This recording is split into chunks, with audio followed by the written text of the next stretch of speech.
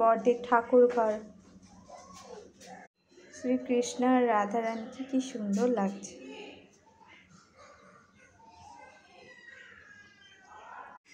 রাত পোহিয়ে সকাল হয়ে গিয়েছে, বাচ্চাগুলোকে ছাদে একটু নিয়ে এসেছি। আজকেও ওয়েদার এখানে মেঘলা, ভীষণ সুন্দর ছাদটা। সকাল সকাল পুজো হয়ে যাচ্ছে। এখন মাত্র সকাল 7:30 মতন বাজে। এই ছাদটার ওপরে আরো একটা ছাদ আছে। কি যে সুন্দর হাওয়া বইছে না, একেবারে ঠান্ডা।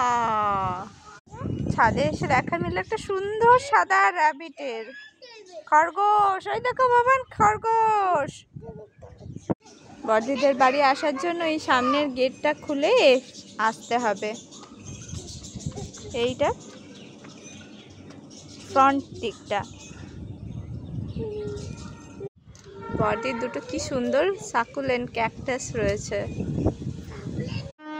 ট্রেনও আসছে। এই যে পায়রাগুলোকে বোধহয় খেতে দিয়েছে, তাই জন্য এত পায়রা এসছে। এইদিকে স্টেশনটা, ওই যে ট্রেন চলে গেল। সকালের চা আর বিস্কিট। তখন থেকে এই পিগটাকে নিয়েই খেলছে। দাদা এসছে। সকালের টিফিনে রয়েছে ইডলি আর মিষ্টি, ধনেপাতার চাটনি। আরেকজন বাইরে তাকিয়ে রয়েছে, বৃষ্টি পড়ছে তাই। আজকে সকাল থেকেই শুরু হয়ে গিয়েছে বৃষ্টি।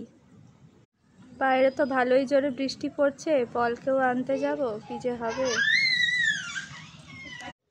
পুরো বাড়িটাতে বড়দির এই জায়গাটা ভীষণ সুন্দর, কোজি কর্নার।